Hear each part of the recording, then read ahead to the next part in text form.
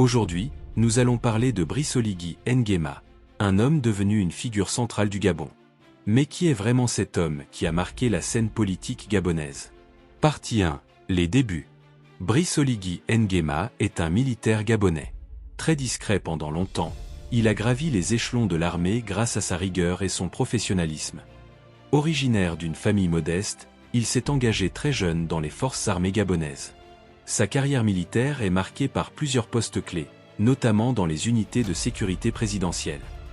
Partie 2. L'ascension.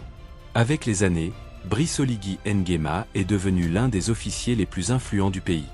Sa loyauté au pouvoir et ses compétences stratégiques lui ont permis d'accéder à des positions cruciales, notamment à la tête de la garde présidentielle.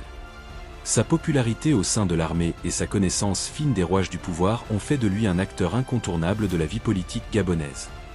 Partie 3. Le coup d'État. En août 2023, Brice Oligui Nguema s'impose sur la scène internationale en menant un coup d'État militaire qui renverse le président Ali Bongo Ondimba, au pouvoir depuis plus de 40 ans. Ce coup d'État marque un tournant historique pour le Gabon, suscitant autant d'espoir que d'inquiétude. Brice Oligui Nguema se présente alors comme un homme prêt à réformer le pays et à rétablir la stabilité. Dans la nuit du 30 août 2023, tout change.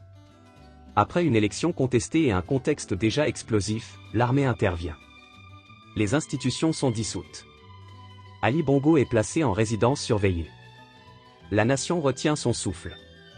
Quelques heures plus tard, un nom apparaît comme l'inévitable chef de la transition. Brice Oligui Nguema. Pour ses partisans, il devient instantanément un libérateur. Pour ses opposants, il n'est qu'un nouveau visage d'un ancien système. Mais dans la rue, une certitude domine, une page s'est tournée. Durant la transition, Oligui surprend, il promet une gestion sobre, renonce à une partie de son salaire, il lance des enquêtes anticorruption et il multiplie les déplacements auprès des populations. Une opération séduction mais aussi une stratégie d'État. Le peuple le voit comme un sauveur.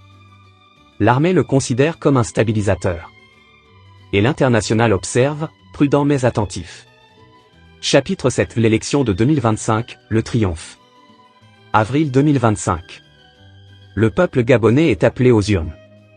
Oligui se présente officiellement à l'élection présidentielle. Le verdict est sans appel, 94,85% des voix. Un score qui consacre une popularité immense, mais qui suscite également des interrogations. Le 3 mai 2025, il est investi président de la République. L'homme de l'armée devient l'homme de la nation.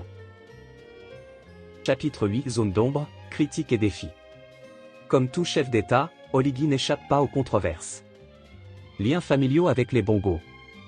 Enquête internationale sur ses biens. Accusation de concentration du pouvoir, ou encore la lenteur des réformes. Pour ses partisans, il est un bâtisseur. Pour ses critiques, un militaire qui apprend encore à gouverner. Et pour les observateurs, un leader au destin encore incertain. Chapitre 9. Un pays à reconstruire. Le Gabon attend beaucoup de son président. Réduire la dépendance au pétrole. Créer des emplois. Moderniser les infrastructures. Restaurer la confiance politique. Renforcer la souveraineté nationale. Oligui Nguema a du pouvoir. Il a du soutien et l'histoire derrière lui. Mais la question demeure. Saura-t-il être l'homme du changement durable? L'avenir seul donnera la réponse. Merci d'avoir regardé ce documentaire. Abonne-toi pour plus d'histoires politiques, africaines et historiques. Ici, on raconte l'Afrique comme jamais auparavant.